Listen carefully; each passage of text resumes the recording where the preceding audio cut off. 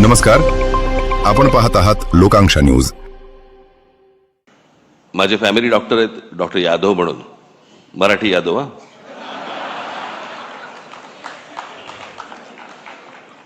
मग मी त्यांच्याकडनं औषधं घेतली आणि मी उद्धवना दिली. मी 2 दिवसात बरे झाले. मी औषध घेतोय त्यांच्याकडनं 6 दिवस झाले, अजून काही नाही. मी परवा दिवशी यांना फोन केला, म्हटलं माझ्या डॉक्टरनी पक्ष बदलला की काय आईला.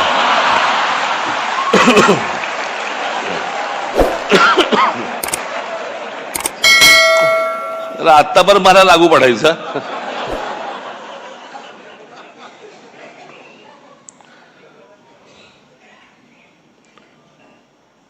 आज माननीय बाळासाहेबांचं जन्मशताब्दी वर्ष सुरू होत आहे. आज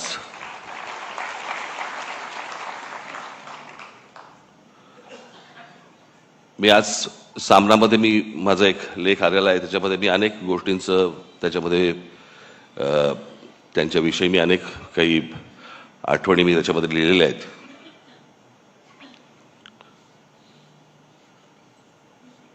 खरं तर त्या व्यक्तीला कसं पाहायचं हे अनेकदा माझ्यासमोर, किंवा त्या व्यक्तीला कसं मांडायचं हे माझ्यासमोर अनेकदा प्रश्न उभे राहतात. काका म्हणून मांडायचं, व्यंगचित्रकार बाळासाहेब ठाकरे म्हणून मांडायचं, हिंदू हृदय सम्राट शिवसेना प्रमुख बाळासाहेब ठाकरे म्हणून मांडायचं, आणि त्यांच्यावरती बोलायचं म्हटलं तर मी तुम्हाला 100% सांगतो, मी आणि उद्धव आम्ही तुमच्याशी तासनतास बोलू शकतो. तासनतास. मी मागे त्यांच्यात एका तैलचित्राचं अनावरणाच्या वेळेला मी सांगितलं होतं की खूप किस्से असे आहेत त्यांचे मला सांगता पण नाही येणार. आणि न सांगण्याचं कारण म्हणजे भाषा. तुम्हाला माहित नव्हते ते काय होते ते. तुम्हाला अनेकदा भाषणांमधून अशी छोटी छोटी झलक मिळाल्या होत्या.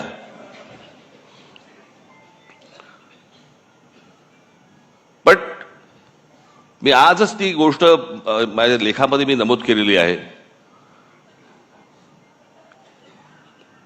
की लहानपणापासून आम्ही अनेक गोष्टी पाहिल्या म्हणजे त्यांना पाहत आलो.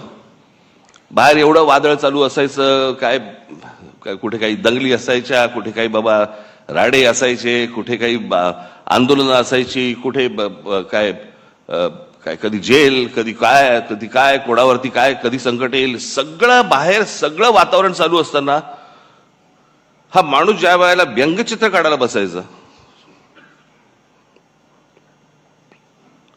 त्या व्यंगचित्रामध्ये मला आजपर्यंत मी इतक्या गोष्टी पाहिल्या त्यांच्या इतक्या बारकाईने, मला कधी कुठचं मारकाम नाही दिसलं की बाहेर इतका गोंधळ सुरू आहे आता काहीतरी झटपट आटपा काहीतरी व्यंगचित्र काढा आणि द्या प्रिंटिंगला. कधीच नाही. मला असं वाटतं की कित्येकदा मी विचार करतो, पण ते अशक्य आहे ती गोष्ट. ती जी समाधी लागणं ज्याला म्हणतो ना आपण, मला असं वाटतं अनेकदा लोकांना असं वाटत असेल त्यावेळेला, अरे एवढं सगळं बाहेर चालू आणि हा माणूस काय व्यंगचित्र काय करतोय. ती व्यंगचित्र नव्हती नुसती, ती त्या माणसाची समाधी होती. त्या समाधीत तल्लीन होणं ज्याला म्हणतो ना आपण, आणि त्या एकाग्रतेतनं त्या सगळ्या गोष्टी करणं. कुठेही पेन्सिल नाही हल्ली, का ब्रश नाही हल्ला, का कुठे बाबा त्याच्यातला विनोद नाही हल्ला. म्हणजे बाहेर एवढं सगळं वातावरण असताना त्या व्यंगचित्रातला विनोदही नाही कधी हल्ला. मी मागे एकदा एका शीर्षकाबद्दल बोललो होतो. एक तेंडुलकरांचं एक पुस्तक आहे, त्या पुस्तकाचं शीर्षक आहे, फार छान शीर्षक आहे, की हे सारं येतं कुठून. ज्या वेळेला मी बाळासाहेब म्हणून ज्यावेळेला मी विचार करायला लागतो त्यावेळेला या अनेक गोष्टी ज्यावेळेला डोळ्यासमोरून जातात, खरंच प्रश्न पडतो की हे येतं कुठून, आलं कुठून. आणि म्हणून तो या देशामधल्या सगळ्या राजकारण्यांपेक्षा जो वेगळा माणूस होता, त्याचं कारणच ते होतं.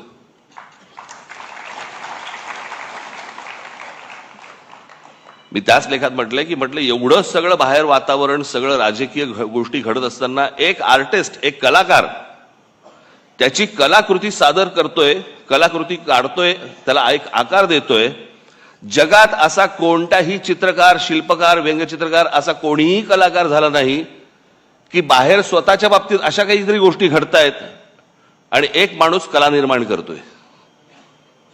असा कोणताही आजपर्यंत आर्टिस्ट तयार झाला नाही, या जगात नसेल.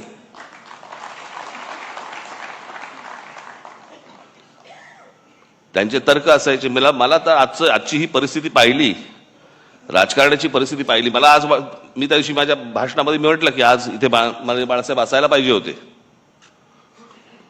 पण आज महाराष्ट्राची आणि देशाची जी राजकीय परिस्थिती निर्माण झालेली आहे, म्हणजे गुलामांचा बाजार, आणि हे सगळं महाराष्ट्रामधलं सगळं चित्र पाहिल्यानंतर कुठेही जा तुम्ही, हे सगळं चित्र पाहिल्यानंतर आज मला असं वाटतंय बाळासाहेब नाही येत ते बरं आहे.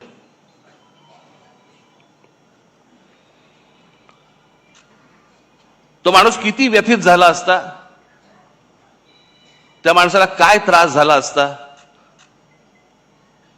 की हे सगळं चित्र आज जे महाराष्ट्रामध्ये उभं राहिलेलं दिसतंय समोर, की जसे ते पूर्वी 200-100 वर्षापूर्वी नाही का ते चावडीवरती उभे राहायचे आणि माणसांची लिलाव चालायची, आज तसे महाराष्ट्रामध्ये लिलाव चालू आहेत.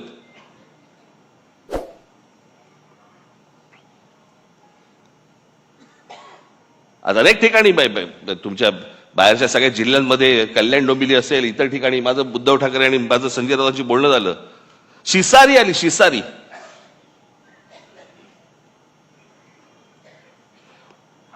ज्याला व्यथित व्हायला म्हणतो ना आपण, की काय चालू आहे, कुठे नेतोय आपण.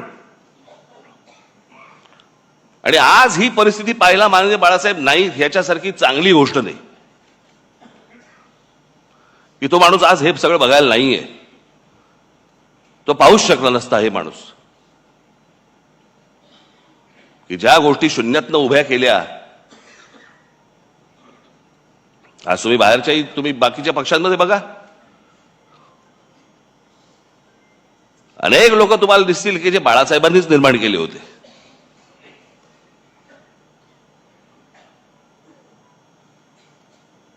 पण ज्या गोष्टी घडत जात आहेत, ज्या गोष्टी घडत गेल्या,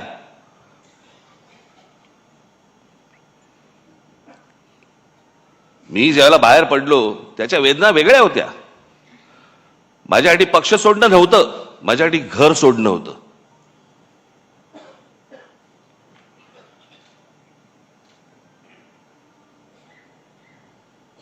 पण त्या सगळ्या गोष्टीला आता एक 20 वर्षाचा काळ निघून गेलाय. अनेक गोष्टी मलाही उमजल्या, अनेक गोष्टी मला असं वाटतं उद्धवनंही उमजल्या असतील. द्या सोडून ते आता.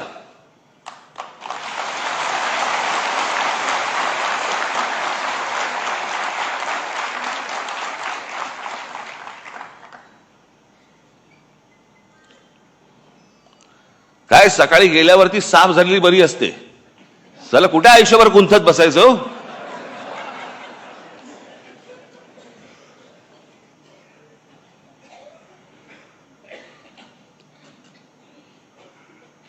पण मला असं वाटतं की एकदा मी बाळासाहेब ठाकरे, मला एकदा ह्या विषयावर मला व्याख्यानच द्यायला आवडेल.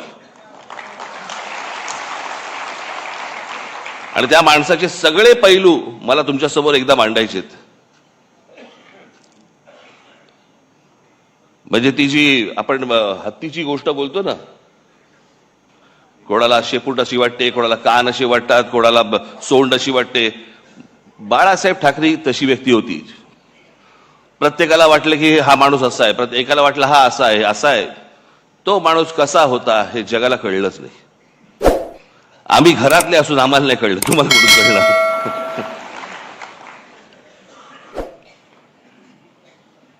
पण ते होतं, ते विलक्षण होतं. आज मी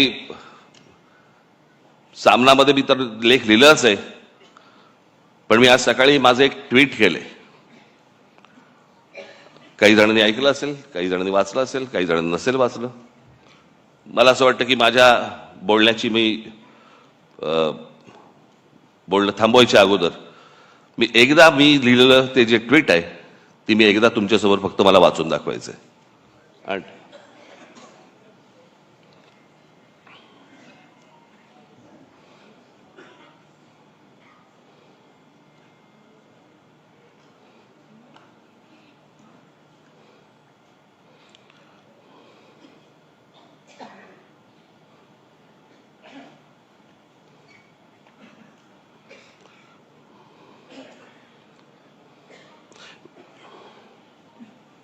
वेळेवर न सापडणं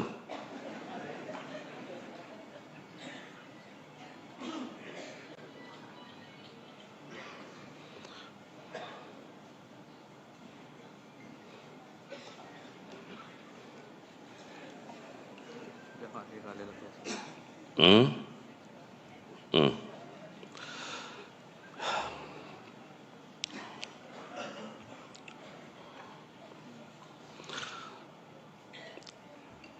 स्वर्गीय बाळासाहेबांची आज 100वी जयंती.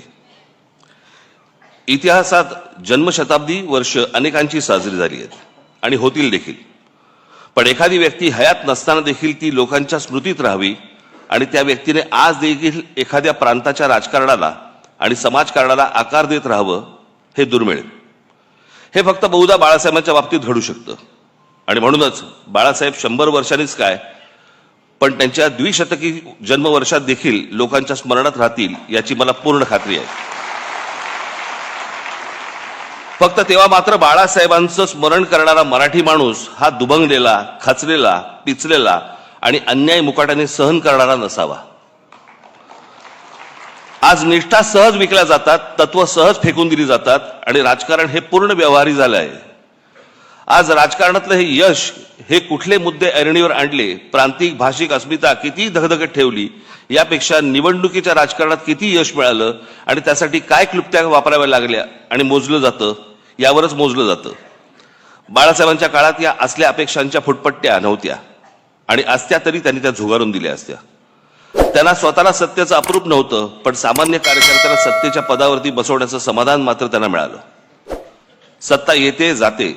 आजचे सत्ताधीश उद्या एखाद्या नामफलकापुरते राहतात पण काही पिढ्या झपाटून टाकतील असा प्रभाव फार थोडे लोक टाकून जातात. हा प्रभाव हीच बाळासाहेबांची शक्ती राहिली, हाच त्यांचा वारसा राहिला.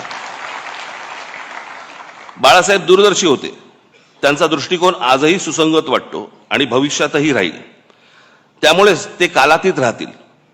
बाळासाहेबांसारखी प्रतिभा परत कधी बघायला मिळणार नाही हे जितकं खरं आहे तितकंच बाळासाहेबांसारखं राजकारण करणं यापुढे कोणालाच जमणार नाही हे देखील खरं आहे. पण त्यांच्या प्रतिमेला कुठेही धक्का लागणार नाही आणि त्यांनी मराठी भाषेसाठी, मराठी माणसांसाठी उभारलेला लढा हा मात्र धगधगत राहील हे पाहणं बाळासाहेबांच्या पुढच्या पिढ्यांच्या हातात आहे आणि ते आम्ही नेटाने करू हा आमचा मराठी माणसाला शब्द आहे. राजकारणात कधीतरी बाळासाहेबांना पण लवचिक भूमिका घ्यावी लागली म्हणून त्यांचं मराठी माणसावरचं प्रेम तसूभरही कमी झालं नाही, उलट ते अधिक दृढ होत गेलं. हे संस्कार आमच्यावर आहेत. मी एक शब्द आज पुन्हा देतो की आर पार बदललेल्या राजकारणात कधीतरी थोडी लवचिक भूमिका घेतली तरी ती माझ्या व्यक्तिगत फायद्यासाठी आणि स्वार्थासाठी कधीच नसेल. बाळासाहेबांचं मराठी भाषेवरती, मराठी प्रांतावरती आणि मराठी माणसावरती असलेलं जाज्वल्य प्रेम पाहून जी हजारो लाखो लोक त्यांच्यासोबत येत गेली त्यातला मी पण एक आहे. त्यामुळे बाळासाहेब आणि मराठी या दोन शब्दांवरती माझी आणि माझ्या महाराष्ट्र सैनिकांची श्रद्धा, प्रेम तसूभरही कमी होणार नाही. स्वर्गीय बाळासाहेबांना श्रद्धांजली.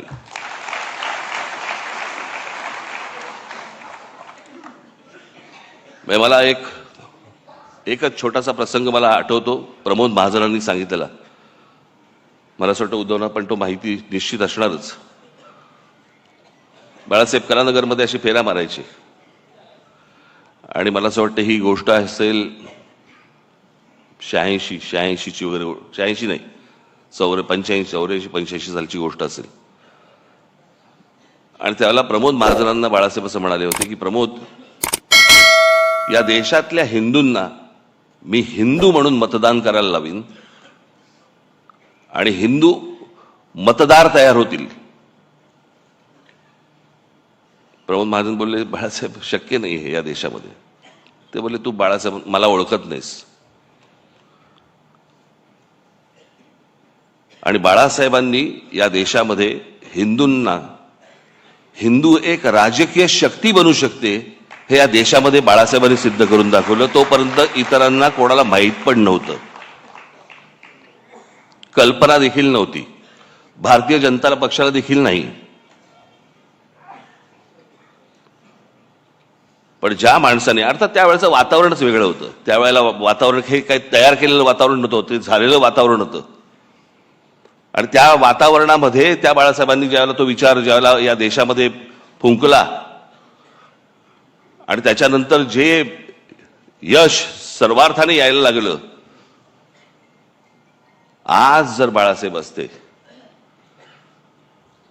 आणि तो जो हिंदुत्वाचा आज जो काही इतर सगळ्या ठिकाणी जो काही बाजार मांडून ठेवलेला आहे तो पाहिला असता निश्चित व्यथित झाले असते की अरे मी काय बोलून गेलो, मी काय सांगत होतो, मी तुम्हाला काय म्हणत होतो आणि हे आता कुठच्या परिस्थितीमध्ये तुम्ही आणलत. एखादी गोष्ट एखादा माणूस ज्यावेळेला ती घडवतो, ती घडवल्यानंतर त्याचं पुढे बाकीचे लोक काय करतात हा एक देश, हे एक्झाम्पल आहे, त्याचं उदाहरण आहे त्याचं. पण मला असं वाटतं की बाळासाहेबांनी ज्या तडफेने ज्या निष्ठेने ते विचार जे मांडले, खास करून महाराष्ट्रामध्ये मराठी माणसाबद्दलची मांडले, हिंदूंना त्यांनी हिंदू म्हणून जागृत केले, पण दुसऱ्यांचे वाभाडे काढण्यासाठी नव्हे, स्वतःच्या स्वाभिमानासाठी उभे केले. मला असं वाटतं की तो स्वाभिमान, ते प्रेम आपण सतत सगळेजण जागृत ठेवू अशी एक मला आशा अपेक्षा आहे. हे वर्ष बाळासाहेबांचं जन्मशताब्दी वर्ष आहे, आज सुरुवात होते. मलाही काही कल्पना सुचतील, मला असं वाटतं उद्धवनाही सुचतील, तुम्हालाही काही सुचतील. मला असं वाटतं की एक येणाऱ्या पिढ्यांसाठी एक आदर्श असं एक वर्ष आपण लोकांसमोर ठेवू, आणू आणि त्यांच्यासमोर आपण बाळासाहेब काय होते हे मांडण्याचा आपण जास्तीत जास्त चांगला प्रयत्न आपण याच्यापुढे करूया. आज मला या कार्यक्रमाच्या निमित्ताने मला इथे बोलवलं त्याबद्दल मी अत्यंत आपला आभारी आहे. धन्यवाद. जय हिंद, जय महाराष्ट्र.